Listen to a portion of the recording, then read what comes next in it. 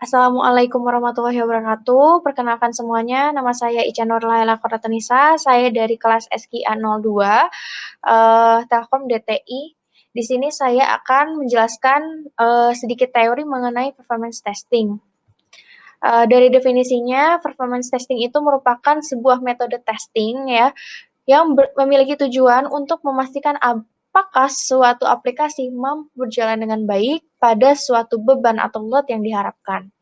Nah, performance testing, software testing ini tuh akan fokus pada faktor-faktor tertentu ya dari sebuah software. Nah, yang pertama faktor tersebut adalah speed. Nah, speed ini itu untuk mengidentifikasi seberapa cepat sih respon dari sebuah aplikasi. Lalu yang kedua itu adalah scalability, yaitu dia yang akan faktor ini akan menentukan nilai maksimum dari sebuah user load-nya. Lalu yang terakhir adalah stability. Nah, faktor ini dapat mengidentifikasi apakah sebuah aplikasi bekerja sebagaimana yang diharapkan dengan kondisi beban yang bervariasi. Nah, kenapa sih performance testing ini penting? Jadi, performance testing ini sangat penting karena dengan mengetahui info dari speed, scalability, dan stability, kita dapat mengetahui apakah seberapa baik sih aplikasi yang sudah kita buat. Apabila hasil dari performance testing ini belum cukup baik, maka kita dapat memperbaikinya pada tingkat aplikasi atau pada tingkat infrastruktur server. Lalu macam-macam performance testing itu ada apa aja? Yang pertama adalah load testing, stress testing, endurance testing, spike testing, dan lain-lain. Nah, untuk load testing itu sendiri adalah untuk memastikan aplikasi mampu berjalan dengan baik di bawah tekanan user yang ditentukan. Lalu selanjutnya adalah indikator atau matriks pada performance testing ya. Berikut adalah beberapa indikator atau matriks yang ada pada performance testing. Yang pertama adalah processor usage. Jadi dia ini merupakan penggunaan prosesor ketika proses performance test dijalankan. Lalu yang kedua itu adalah memory usage. Jadi besaran memori atau RAM yang digunakan ketika proses performance testing. Lalu yang ketiga adalah disk time ya. Jadi banyaknya waktu yang dibutuhkan sebuah disk untuk read atau write ya. Jadi untuk membaca atau dia untuk menulis ketika proses performance testing dijalankan. Jadi ini merupakan bisa dibilang outputnya seperti itu. Lalu performance testing tools itu ada apa aja? Ada Apache JMeter, Load Runner, WebLoad, Load UI, Load View, Neoload. Nah, yang paling terkenal itu adalah Apache JMeter yang sering sekali digunakan. Nah, Apache JMeter ini dia menggunakan bahasa pemrograman Java dan bersifat open source. Terima kasih. Baik semuanya, saat ini kita akan masuk ke pembuatan script test Gmeter-nya. Nah, di sini kita harus mempersiapkan dua konten ya. Konten yang pertama itu adalah konten yang berisi teks dan gambar, lalu yang kedua itu adalah konten yang berisi teks dan video. Nah, selanjutnya, apa sih yang harus kita coba untuk memulai? Apa yang harus dipersiapkan? Nah, yang pertama yang harus kita persiapkan adalah kita melakukan atau membuka XAMPP-nya terlebih dahulu. Itu lalu kita start di Apache dan MySQL. Oke, kita start. Nah, jika sudah kita start, lalu kita masuk ke dalam Chrome ya. Di sini kita langsung masuk saja ke dalam Chrome. Nah, kita perbesar, lalu kita masuk ke dalam localhost ya. Jadi kita akses localhost-nya dulu. localhost/wordpress/wp strip out ya, kita enter. Nah, di sini menuliskan username. Oke, di sini saya ketikkan username saya.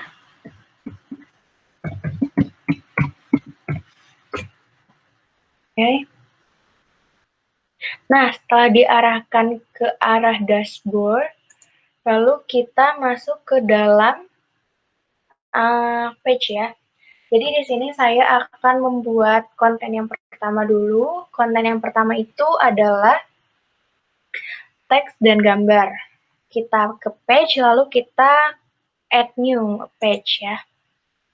Kita klik. Oke.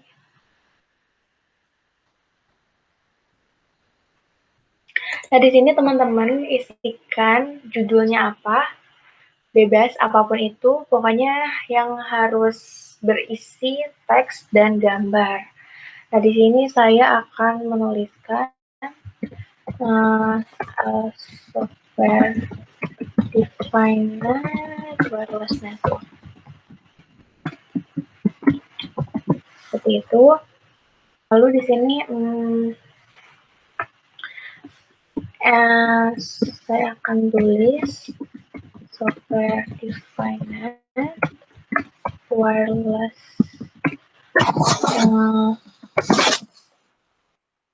network adalah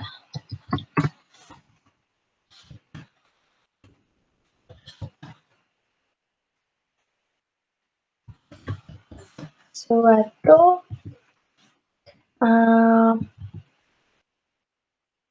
teknologi yang memisahkan control plane dan data plane,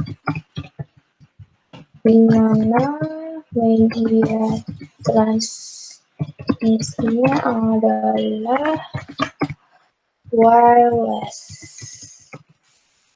Seperti itu, kita enter. Nah, kita klik tombol plus di sini, lalu kita klik image, kita upload. Di sini saya akan masuk ke di sini aja bimbingan TA Gemes 4 Graph. Nah, sedang diproses. Lalu jika sudah seperti ini, kita bisa langsung publish. Yes. Lalu kita view page-nya. Nah, oke. Sip. Nah, ini udah. Jadi kita sudah membuat satu konten, di mana konten ini berisi teks dan gambar. Ini teks dan ini adalah gambarnya. Lalu kita kembali ke menu dashboard untuk membuat konten yang kedua. Nah, setelah selesai membuat konten yang pertama, yaitu teks dan gambar, lalu selanjutnya kita akan membuat konten yang berisi teks dan video. Nah, kita balik lagi, sudah balik ke dashboard, lalu kita masuk ke page, dan kita klik add new lagi. Oke, di sini kita ketikkan apa yang akan kita berjudul gitu ya. Judulnya yang akan saya buat adalah soal UAS elektronika.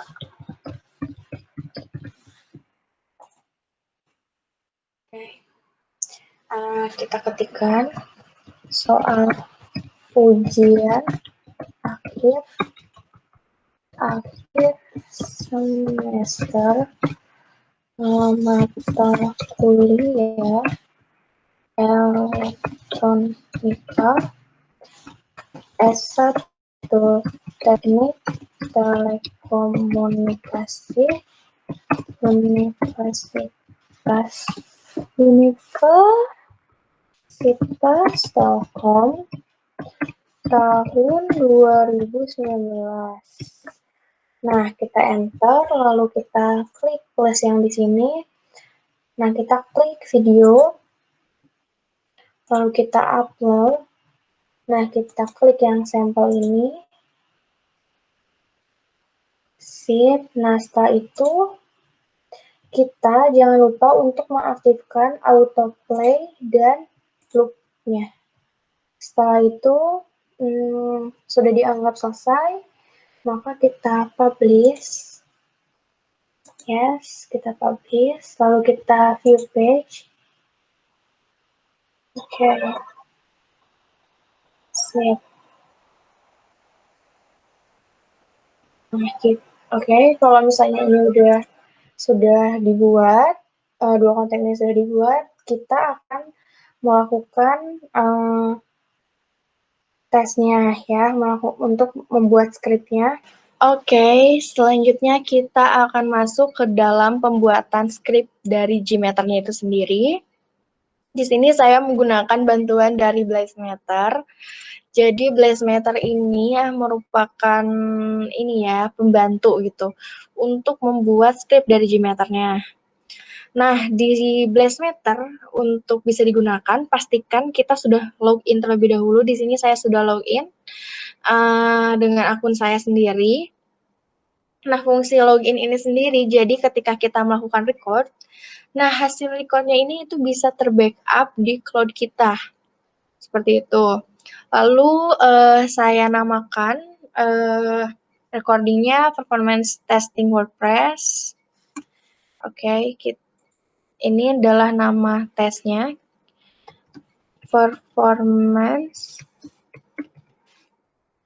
testing WordPress. Seperti itu. Ini namanya, lalu selanjutnya kita akan start record. Nah, ini artinya sudah kita lakukan start recording, lalu kita masuk ke dalam localhost WordPress kita.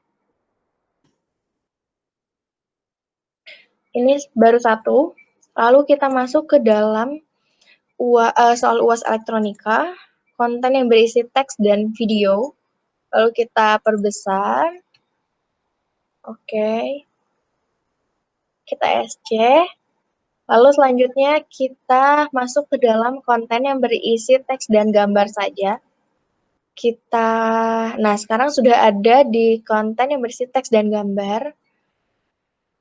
Oke, lalu selanjutnya kita masuk ke dalam konten yang berisi teks aja. Ada di sample page. Oke, ini udah.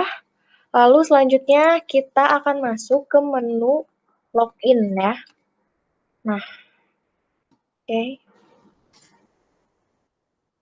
Sorry, berarti localhost /wp-admin. Nah, di sini kita masukkan username dan password.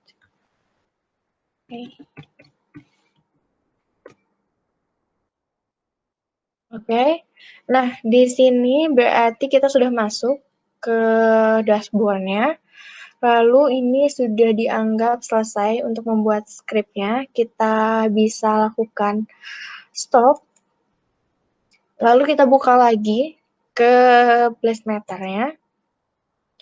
Kita lihat ke menu edit yang ada tanda panah ke bawah. Kita klik Gmeter script. Nah, di sini kita bisa hapus beberapa yang menurut kita tidak perlu. Di sini saya akan hapus yang ini. Oke. Dan saya akan hapus yang ini. Remove. Jadi, di sini kita bisa melakukan editing gitu ya. Kita bisa melakukan remove, duplicate, terus kita bisa menginsert, kita juga bisa mengurutkan seperti itu.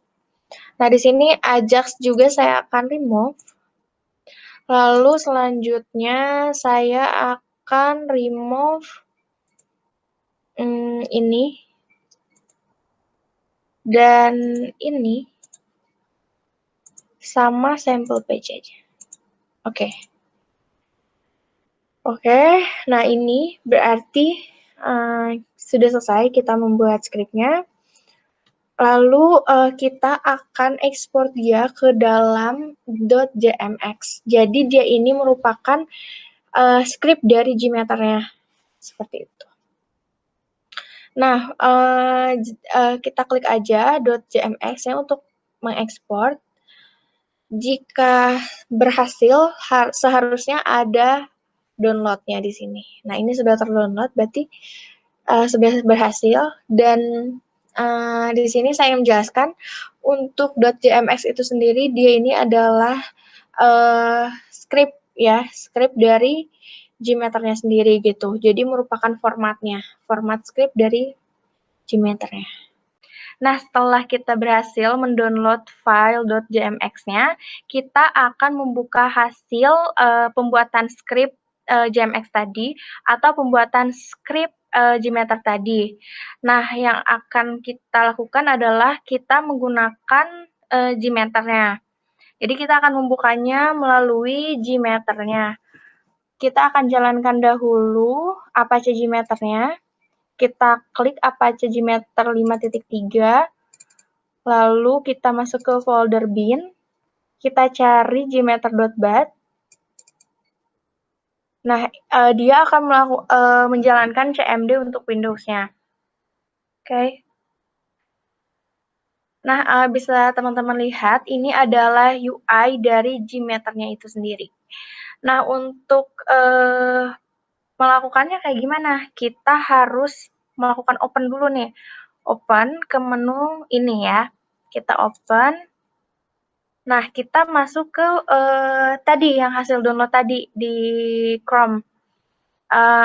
Saya ambilnya itu di masuknya ke dalam menu download ya. Folder download maksudnya. Kita masuk ke download. Nah, di download.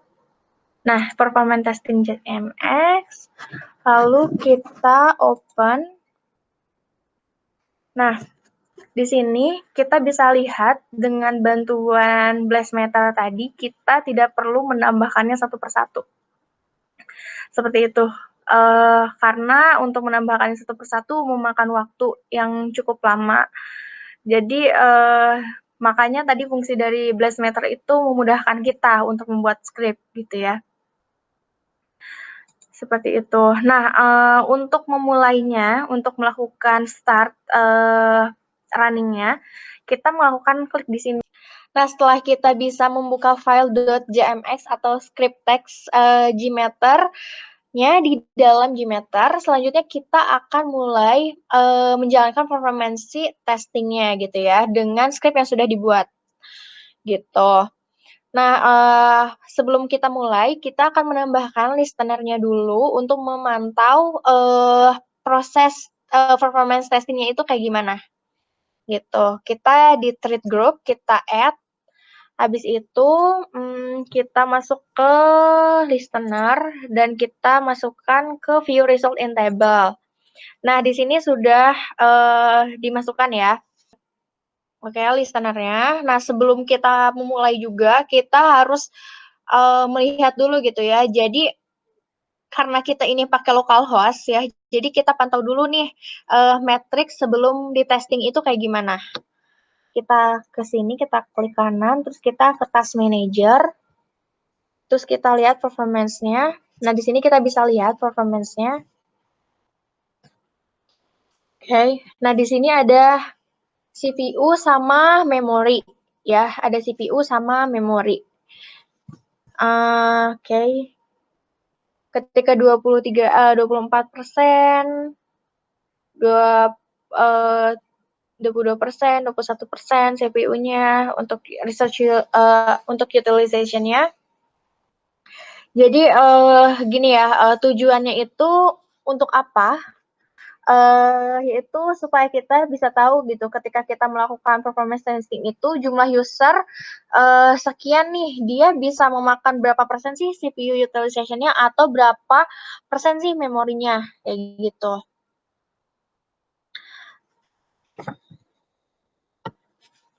Oke.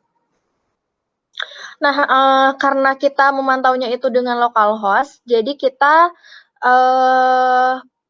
memantaunya itu dengan Task Manager ya di sini, di Task Manager yang ada di Windows. Kayak gitu. Oke.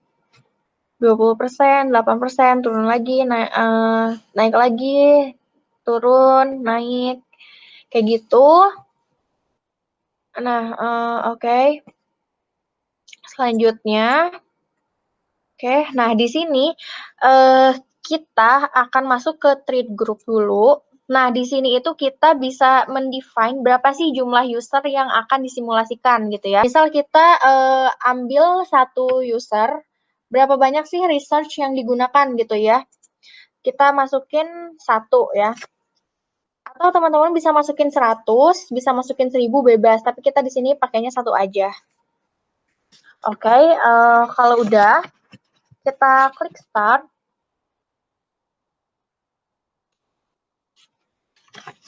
Terus kita lihat di view tab, result in table-nya. Nah, kalau ini statusnya kayak gini, berarti itu ditandainya berhasil gitu ya. Oke, kita sambil lihat.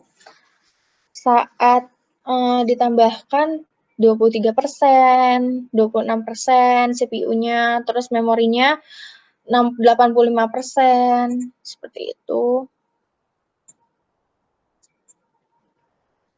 Oke, kita tunggu sampai semua performance testingnya selesai.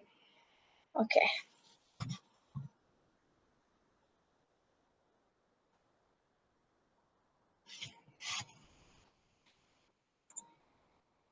Oke, nah di sini kita bisa lihat utilization-nya 35, turun lagi 39, naik lagi 43, turun lagi 20, terus 27, ya ketika 26, 1,51 GHz, seperti itu. Oke, nah ini sudah selesai semua, statusnya sudah centang semua. Nah, kalau misalnya ada failure atau warning, maka serangkaian performance testing itu di sini itu akan gagal gitu ya. Jadi pastiin semua performance testingnya itu benar-benar clear, kecentang. Berarti itu udah selesai, udah berhasil dan itu valid gitu ya. Kalau misalnya ada gagal kayak gimana? Nah, kegagalan itu bisa disebabkan pertama karena internetnya itu yang buruk, terus yang kedua itu bisa juga keterbatasan server yang dites atau server yang mengetesnya, kayak gitu. Nah, kalau misalnya masukin jumlah usernya 1000 gimana? Boleh-boleh aja, tapi kita harus lihat bahwa servernya mumpuni atau enggak gitu ya. Maksudnya mumpuni itu kayak gimana? Dari segi internetnya bagus atau enggak. Kalau harus 1000 user itu otomatis harus bagus dong internetnya. Terus bandwidth-nya harus besar karena dia menampung banyak user, kayak gitu. Terus kalau 1000, nah dengan internet yang besar dan internet yang bagus dan bandwidth yang besar, nah itu kita bisa tahu nih berapa maksimal user yang mampu di-handle oleh server yang di-testing, kayak gitu. Jadi dengan kapasitas yang mumpuni tersebut, dengan internet yang bagus, uh, dengan internet yang bagus, dengan bandwidth yang besar, itu dia bisa menampung berapa user sih, gitu ya. Bisa menampung berapa user sih. Terus si server ini bisa menghandle berapa user dengan arsitektur aplikasi kita, kayak gitu ya. Nah, terus kita bisa lihat nih di sini. Jadi ini itu performance testing itu diakhiri dengan tes ya, dengan tes ini. Kalau misalnya tesnya nggak ada salah satu misalnya yang gagal atau failure, nah otomatis ya failure juga gitu dan nggak valid kayak gitu. Kita sambil lihat, bentar ya di sini. Nah, kita bisa lihat nih berapa persen CPU utilization yang digunakan, terus memori atau RAM melalui pengurangan dari setelah kita proses testing dilakukan dikurangi dengan CPU atau memori saat idle gitu ya. Jadi nanti bisa kelihatan nih dalam jumlah user sekian, CPU yang digunakan itu berapa persen kayak gitu. Terus memori yang digunakan itu berapa persen kayak gitu.